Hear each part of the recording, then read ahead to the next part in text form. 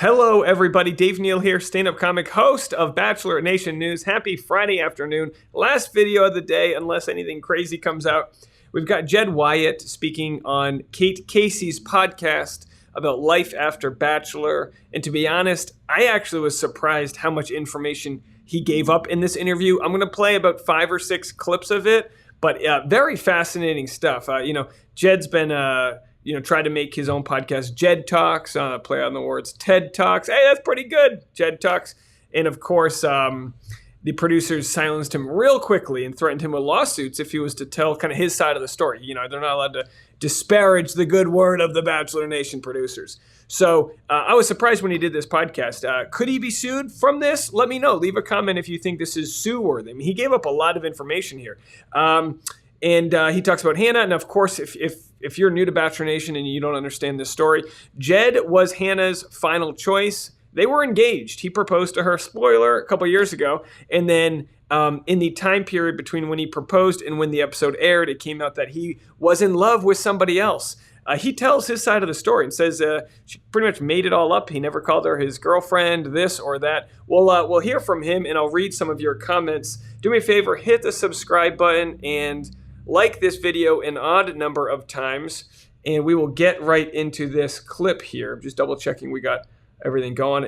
I'm staying in Covington, Kentucky right now at a hotel, so don't mind my lack of production value. But if you go to my Instagram at dneals, DNEALZ, I'll share a photo of my setup. I gotta say, it's actually a pretty nice setup I got going on over here. So anyway, let's get right into it. First clip is at the 4:34 mark. And we're just going to fast forward through several of these clips so you don't have to listen to the whole thing. Although if you want to, by all means, go for it. It's Reality Life with Kate Casey.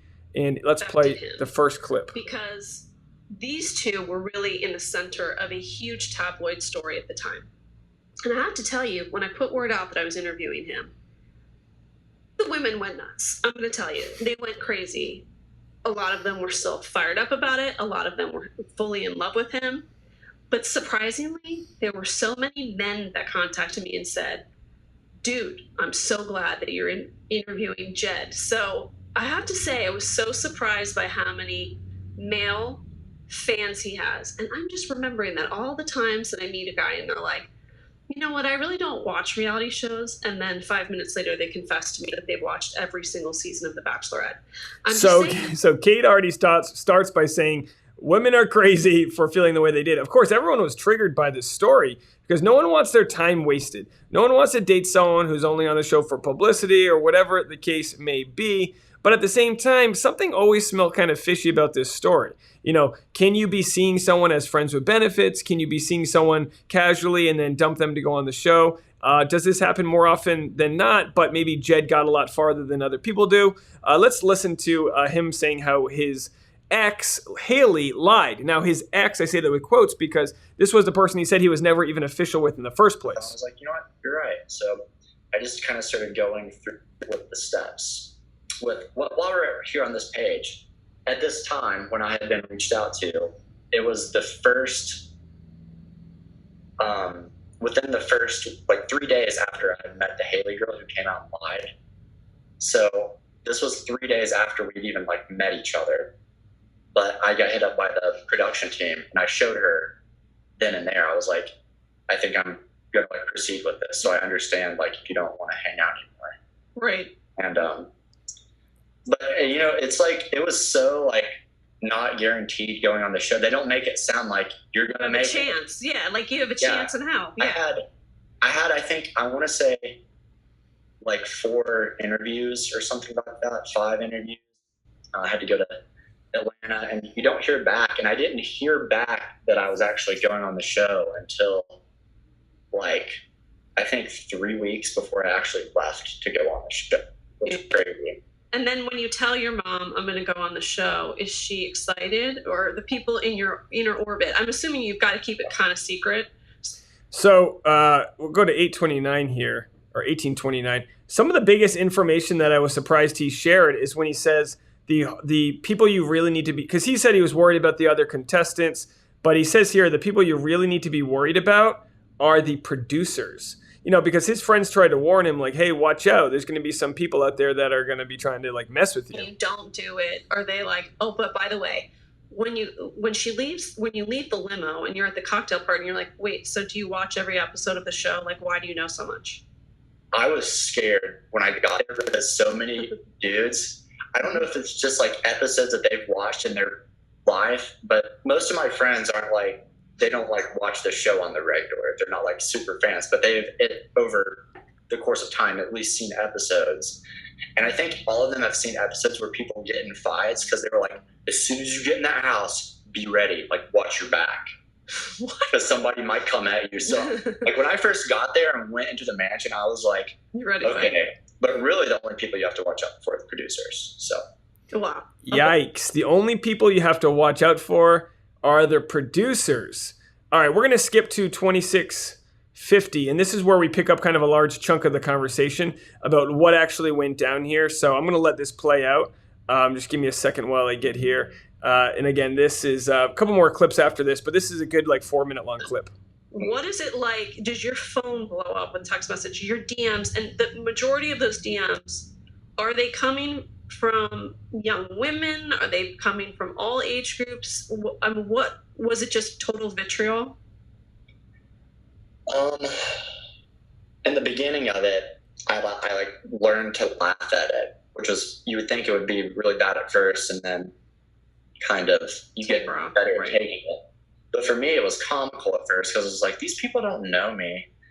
And then I got in the habit of reading some of the things that people were saying, and then got in the habit of feeling like I needed to respond, which I did. I don't owe an excuse to anyone. True. The only people that I needed to talk to at the time was Hannah. That was the only person I needed to actually talk to about all of this. No one else needed to know anything. But the show absolutely insisted that, I hash it out with her in person and this and that and give it to the public so that they can come at me and totally just roast me.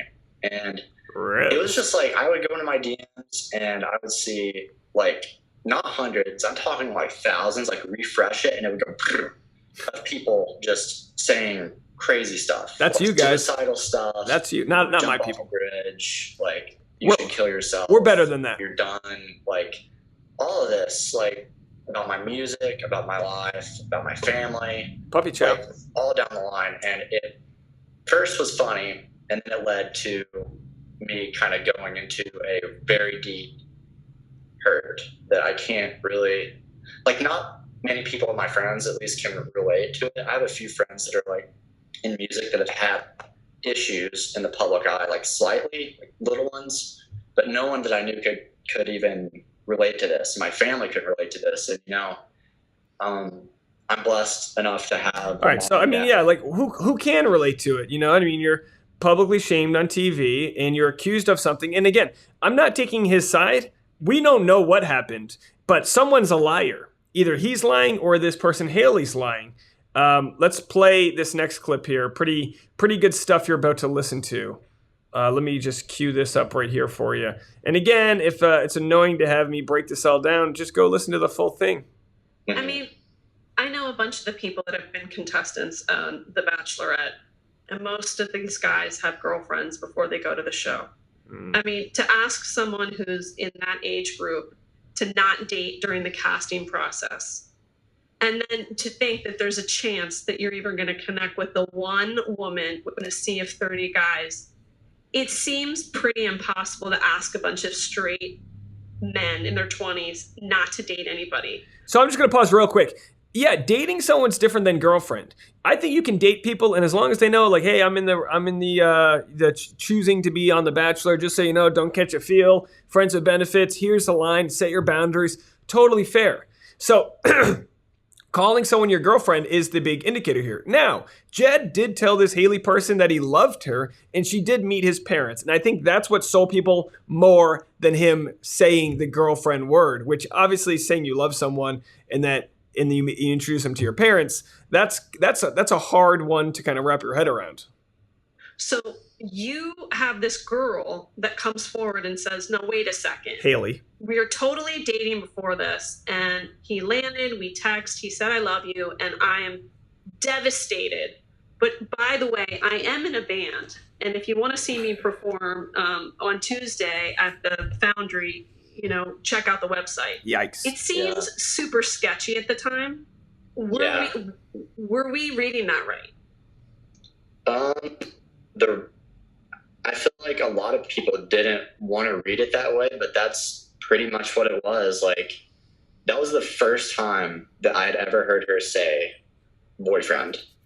Like, we had never, ever committed to that. We'd never been like, it's just us, like, ever. But wait a minute, did she meet your parents? Do I remember that correctly? Yeah, I met my parents. Yeah, and but like, really thrown for a loop too, because the way that she was introduced was like one of my friends in Nashville who we'd been seeing each other as like, it was just like a fun fling. Like, it was not like a serious thing. But I think where it got bad on my part was the I love you stuff, which I totally understand that word should be tossed around.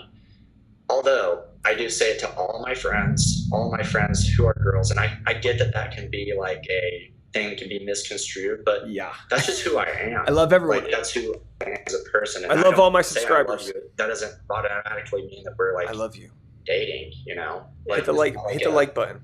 Hey, it's just us. I love you. It was like, But she knew you were going to go on The Bachelor. So wasn't that a red flag for her in terms of like, maybe we're not going to go the distance and I should go and date other people? Like, I shouldn't wait for Jed.